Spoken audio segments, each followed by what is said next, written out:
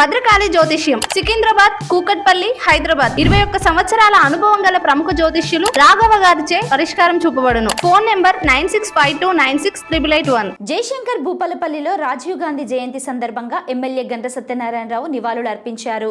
ఈ మేరకు ఆయన స్థానిక గణేష్ చౌక్ వద్ద రాజీవ్ గాంధీ విగ్రహానికి పూలమాల వేసి నివాళులు అర్పించారు. అనంతరం కేక్ కట్ చేశారు. ఈ సందర్భంగా ఎమ్మెల్యే గంట సత్యనారాయణరావు మాట్లాడుతూ రాజీవ్ గాంధీ మహనీయుడని, ఆయన కుటుంబానికి ఒక చెరిగిపోని చరిత్ర ఉందని అన్నారు. విదేశాల్లో కూడా రాజీవ్ గాంధీ జయంతి ఉత్సవాలు జరుపుకుంటున్నారని తెలిపారు. ఈ దేశం కోసం ప్రాణత్యాగం చేసిన వాళ్లలో రాజీవ్ గాంధీ ఒక ప్రత్యేకమైన చరిత్రగా చూడాలన్నారు. వయోజన ఓటు హక్కును కల్పించిన గొప్పతనం రాజీవ్ గాంధీకే చెందుతుందని కొనియాడారు. 21వ జయంతి సందర్భంగా భారతదేశ వ్యాప్తంగా విదేశాలలో కూడా వారి యొక్క జ్ఞాపకాలను గుర్తు చేస్తూ ఈరోజు జయంతి ఉత్సవాలు నిర్వహించుకోవడం జరుగుతూ ఉన్నది. హాస్పిటల్లో కానీ అదేవిధంగా అన్నదాన కార్యక్రమంలో కేక్ కటింగ్లు, పండ్ల పంపిణీ చేసి ఈరోజు వారి గొప్ప మహనీయుడు, వారి కుటుంబానికి కూడా ఒక చరిత్ర ఉంది.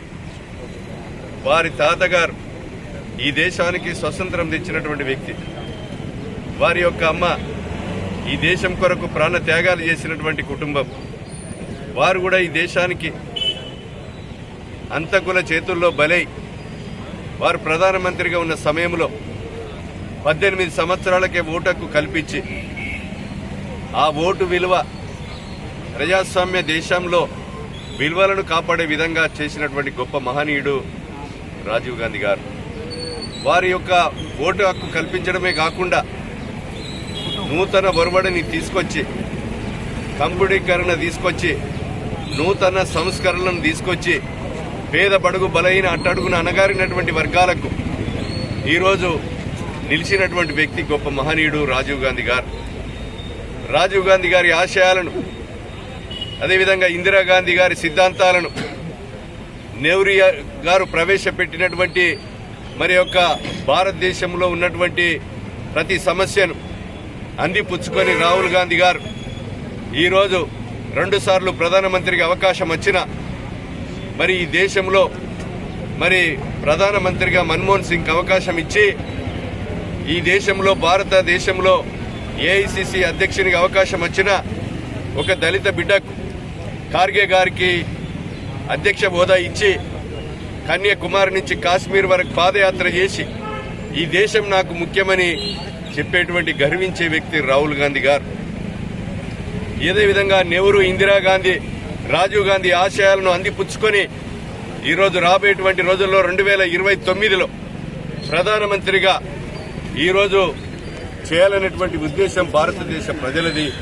అదే రకంగా నేడు కూడా ప్రతిపక్ష నేతగా ఈరోజు బీజేపీ ప్రభుత్వం, మోడీ ప్రభుత్వం 3 సార్లు అధికారంలోకి వచ్చి రాజీవ్ గాంధీ 18 సంవత్సరాలకి ఓటు హక్కు కల్పిస్తే ప్రతి రాష్ట్రంలో, దేశంలో బతికున్నటువంటి ఓటర్లను చనిపోయినట్టుగా చిత్రీకరించి ఒక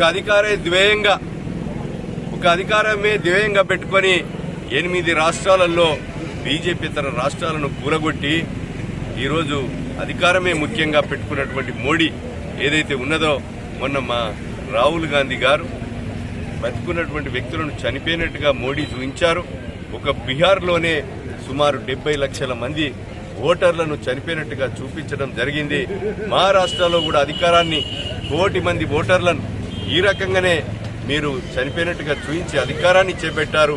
కనుక అధికార బలంతో, అధికార అహంకారంతో అధికారం ఉందని చెప్పి ఎన్నికల సంఘాన్ని చేతిలో పెట్టుకొని అదేవిధంగా అన్ని రంగాలలో పూర్తిగా వైఫల్యం చెంది ఈరోజు విద్యా వ్యవస్థను మరి ప్రధానమంత్రిగా ఉన్నటువంటి సమయంలో పటిష్టం చేస్తే ఈరోజు మోడీ దానికి ఒక అధికార ధ్యేయంగా పెట్టుకొని అయోధ్యలో రాముని పేరు మీద, దేవుని పేరు మీద రేషన్ షాపు బియ్యం 100ల కొద్ది పసుపు కలిపి ఈ దేశంలో ఇది రాముని అక్షంతలు, అయోధ్య అక్షంతలు అని చెప్పి ఒక సెంటిమెంట్తో అధికారంలోకి వచ్చి ఈరోజు జీఎస్టీలు పెంచి ప్రజల మీద పెనుభారం మోపేటువంటి ఏదైతే ఉందో ప్రజలు గమనించాలని కోరుతా ఉన్నాం. నెహ్రూ కుటుంబానికి ఒక చరిత్ర కలిగిన కుటుంబాన్ని 2029లో అధికారం చేపట్టి పేద బడుగు బలైన అట్టడుగున అణగారిన వర్గాలను ఈరోజు అవకాశాలు ఇవ్వాలని సందర్భంగా మరి భూపాలపల్లి జయశంకర్ జిల్లా నియోజకవర్గంలోని కాంగ్రెస్ పార్టీ ఈరోజు వారి యొక్క జయంతి ఉత్సవాల్లో పాల్గొంటూ వారికి నివాళులర్పిస్తా ఉన్నాం.